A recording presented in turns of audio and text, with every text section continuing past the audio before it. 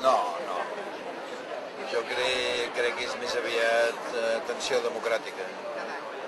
És normal i positiu que hi sigui. L'hem de saber produir i administrar amb respecte per tothom i amb exposició clara de posicions, propostes i maneres de veure el futur d'aquest país.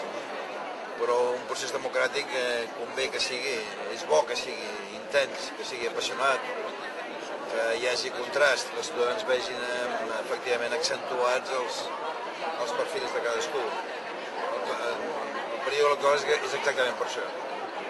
Jo simplement me n'alegro que hagi arribat, ja era hora, en un sentit històric, perquè fa masses anys que hauria de ser aquí, però no aconsegueixo donar cap raó per ajornar ni un sol dia l'efectiva posta en marxa d'un servei tan important com aquest. Si estan les obres acabades, les vies posades, els vagons i les màquines funcionant, em sembla que seria al revés, seria un frau als ciutadans no posar-lo en marxa. El que és massa tard, no massa aviat, no és un problema d'oportunitat, de coincidència amb el procés electoral. És una molt bona notícia per aquest país, finalment. A mi les eleccions aquestes em toquen,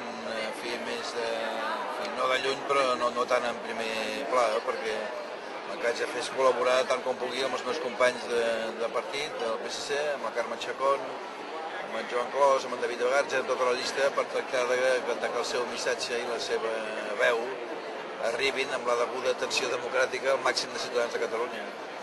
Però nosaltres hem de seguir governant aquest país. La meva responsabilitat és fer que el Departament d'Educació i l'educació d'aquest país funcionin bé, i això és el més important. I em sembla que és el millor servei que puc fer als ciutadans també.